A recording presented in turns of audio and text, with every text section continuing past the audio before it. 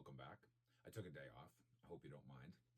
We've got Super Bowl finalists now, and we've also got all sorts of rumors.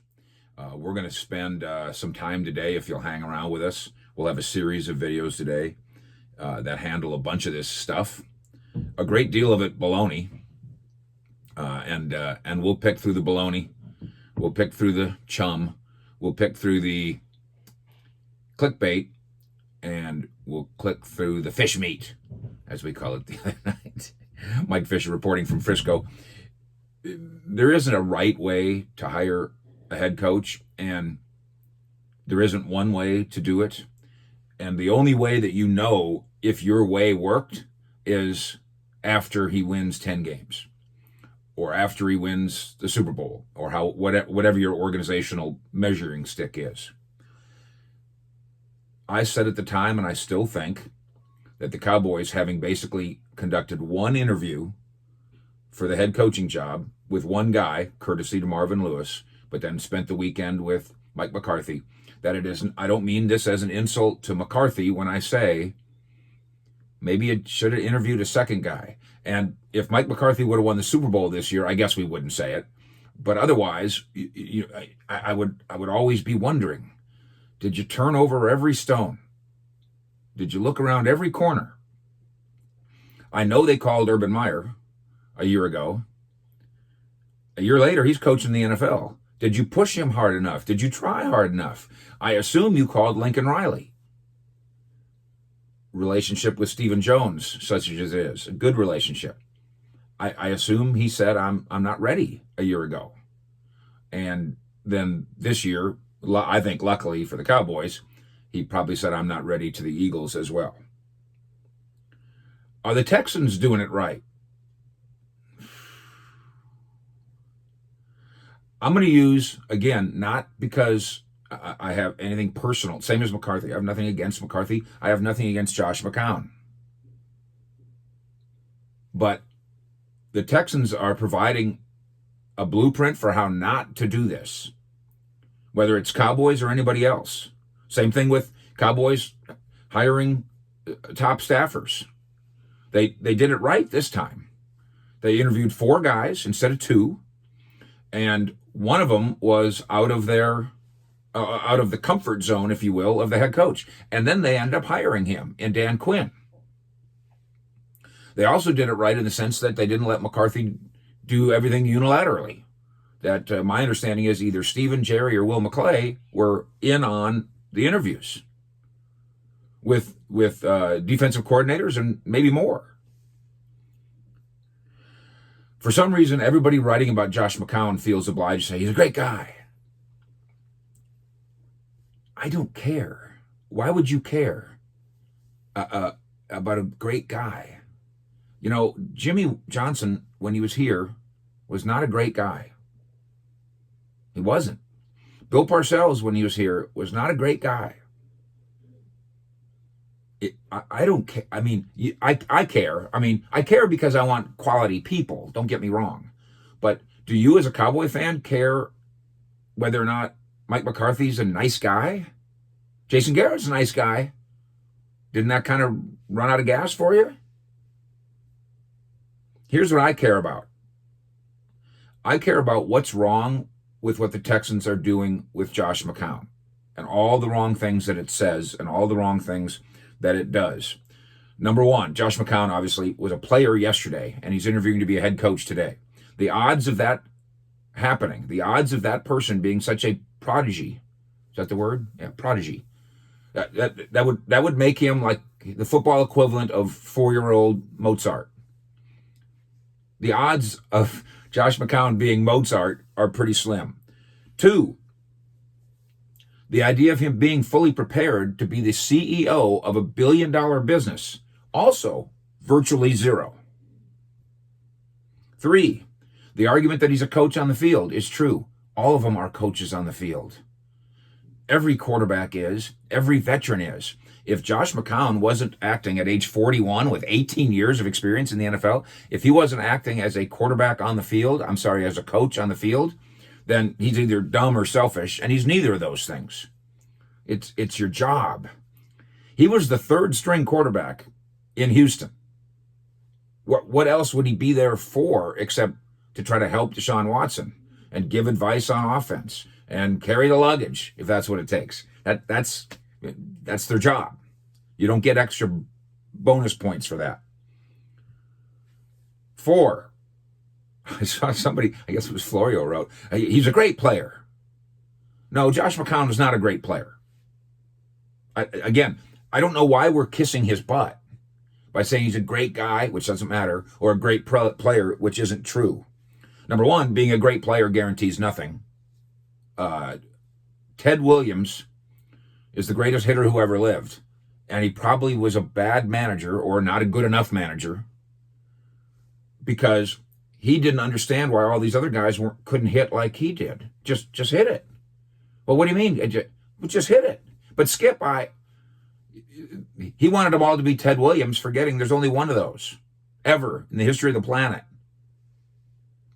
But the other aspect of the great player thing being faulty, because what I'm saying with the Ted Williams thing is sometimes maybe it's the mediocre, it's the guy who is a mediocre player who's a good coach because he had to figure out all the angles. Whereas, hey, listen, if you run a 100-meter dash faster than anybody in the world, not that you don't train, you do. Not that you don't, you do all those things. But if you're the fastest person in the world, part of you is just fast. Ted Williams was just Ted Williams. Can't teach it. And then the second reason about the great player thing, this is issue number 5. Josh McCown was not a great player. He was a 5'5" high school quarterback until he sprouted up, I think in the middle of his junior year. He played his final college football at Sam Houston State. He was a 3rd-round draft pick. In his 18 years in the NFL, he was a full-time starter just 3 years out of the 18. I don't know what your idea of a great player is, but that ain't it. Number 6, the interview with Josh McCown by the Texans is almost certainly parochial. And listen, I get that, like Lincoln Riley, I get that we think of him as being around here. And that intensifies the interest. I get that. I get that in Houston, the fact that Gary Kubiak and Wade were both head coaches there and they're both from Houston is awesome. But it's not the reason. Josh McCown is from Jacksonville, Texas. I guess it's 2.5 hours out of Houston. That's not a reason. It's a story, but it's not a reason. 7, speaking of the McNair family. And sometimes we say that Jerry is tone deaf. But when Jerry's tone deafness is at least still funny. The McNair family is tone deaf. They are at a time when this league is trying to at least be aware of the reason for advancement of people of color into powerful positions, at least an awareness of it. The Texans are uniquely unaware of what this looks like when they let a white guy who's never coached before, except his kids in high school, as a member, assistant coach, he leapfrogs over all the black guys. He leapfrogs over Robert Saleh, who they never interviewed. He leapfrogs over Eric Bieniemy, who they weren't going to interview. He's in competition now with Leslie Frazier, who's 61 and been doing this as a coach for 30 years. Josh McCown's better than Leslie Frazier?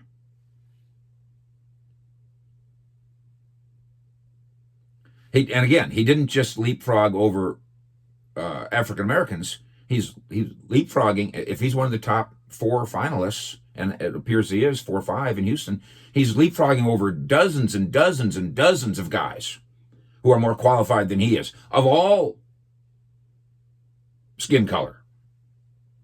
Number 8, the optics are so awful here. I'm mildly surprised, and I don't know Josh. I'm mildly surprised he said yes to the interview. It looks so wrong. And part of what's going to end up looking wrong for Josh, I fear, is the stink and the stench and the stain of being Jack Easterby's pet. I don't want that on my resume. 9, the Houston Chronicle reported that Josh McCown has a good relationship with Deshaun Watson. It's certainly important. It's helpful. But Deshaun Watson also has endorsed Eric Bieniemy and endorsed Robert Saleh, meaning they would have had a good relationship too, and will, if somehow they can convince Deshaun Watson that we're going to take those knives out of your back and make it up to you. A qualified head coach, the result of a logical and honest search with Tim Kelly, who the quarterback likes, as the coordinator, and McCown as the quarterback coach. Josh McCown, just like we've talked about with Sean Lee. Sean Lee's first job in the NFL cannot be as a head coach. It's ridiculous. Or he's a coach on the field. But a coach on the field, no, he's not. He's a player on the field who's helping. He's not the CEO of a $5 billion company. It's different. And number 10, some have suggested that the reason the Texans are interviewing him is, well, you pick his brain. And we've talked a lot about that here. I still think that Philadelphia interviewing Bones and Kellen was largely about, hey, what do you guys think of our team? And then they take notes and put it in the filing cabinet. Way more than Bones Fossil being a legitimate candidate to be the head coach of the Philadelphia Eagles. But Josh McCown already works there. He's on the team as a quarterback. They didn't need to have a coaching interview to have a talk with Josh McCown. They could just go down to the hallway. So maybe it was for show, which makes it a terrible idea. Or maybe it wasn't for show. Maybe McNair and Easterby and company were serious about it and are serious about it, which makes that also a terrible idea. Look under every stone. Look around every corner. Cast a wide net. The Joneses didn't do that on Mike McCarthy. I hope it doesn't bite them. The Texans are casting a wide net in a way, as long as you're white and from Houston. That's not really every stone. That's not really every corner. That's not really a wide net. The Des Bryant hoodie is coming your way. Gossip, and that's what it is, about Matthew Stafford. Well, there's some facts and some gossip. Matthew Stafford, Aaron Rodgers, Carson Wentz, Dak Prescott, and certain teams in the NFC East. We'll get to both those stories today as well. Thanks for subscribing. Thanks for watching. Fish out.